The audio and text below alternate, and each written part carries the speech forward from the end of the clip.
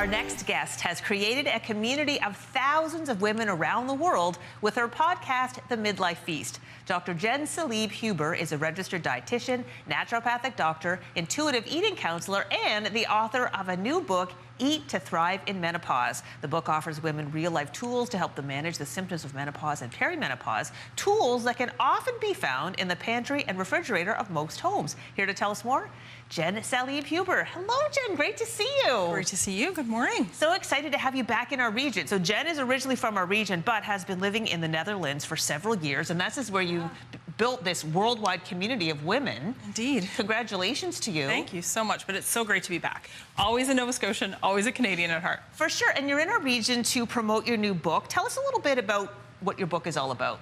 Well, Eat to Thrive During Menopause is the book that I needed 10 years ago. So as I share, and I've shared on the podcast, I went into perimenopause early and wasn't able to take hormone therapy, although I love it for other people and think it's a wonderful option. And so it really prompted me to look into the science of how food can help to ease our symptoms and make our life more comfortable, but more importantly, support our health as we're in this season of life. Yeah, and that's what's so great. I find this so empowering. Really, just how we eat can actually manage a lot of the common symptoms of menopause. Absolutely, and can certainly help alongside whatever else you're doing, right? Right. This isn't an either-or situation. Sure, it can be a great, add-on. I mean, we're looking at all the tools we can get at this stage of life. All right, let's begin with the first one. Well, the most common symptom of menopause that most people experience are vasomotor symptoms, and these would be hot flashes, night sweats, palpitations.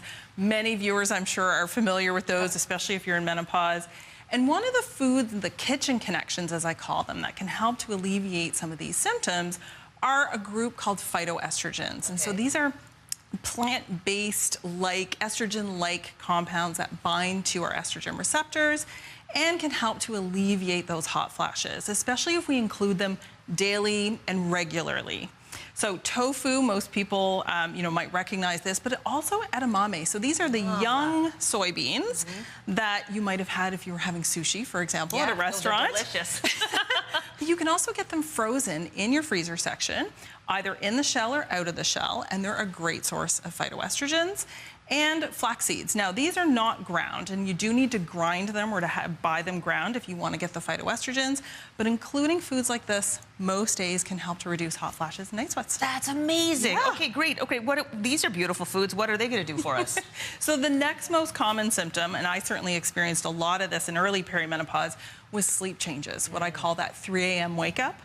And so the key ingredients for sleep are carbohydrates, which I'll explain in a minute, protein, especially an amino acid called tryptophan, which some people associate with turkey, but we get in a lot of foods, including chicken and tofu, beans, and red lentils, and calcium. So when we eat this amino acid tryptophan and we have it alongside a carbohydrate, it helps it to get into our brain where it can be made into serotonin and melatonin, which can help us to fall asleep and stay asleep more easily.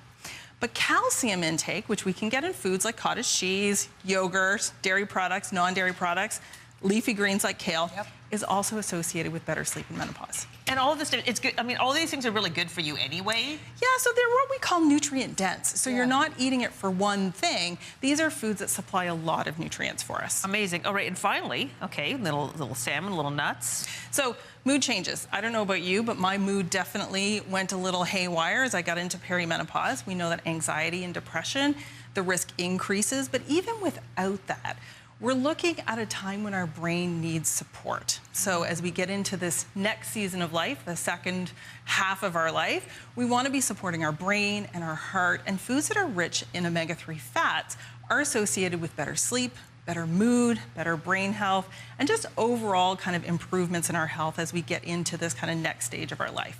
So salmon, most people have heard of that cold water fatty fish, is a great source of omega-3 fats. We can also get this from canned fish, and I'm a big fan of canned fish. I think it makes it more accessible. Not everybody has the time or money these days because fresh salmon is expensive, but we can include these canned fish regularly as well as a source of dietary omega-3s.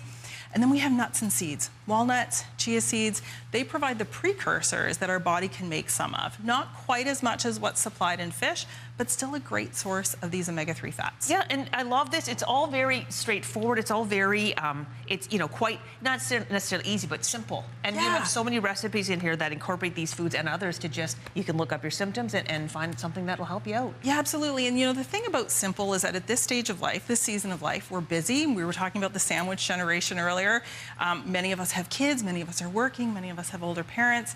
I really wanted to make sure that the recipes that I was sharing and including in this book were ones that I was also making for my family and in my life. So these are recipes that really anybody can include with ingredients that you probably already have. Perfect. All right, Jen, thank you so much. Thank you. We put a link to Dr. Jenn Salib Huber's information on our website, and your book, get this book wherever books are sold.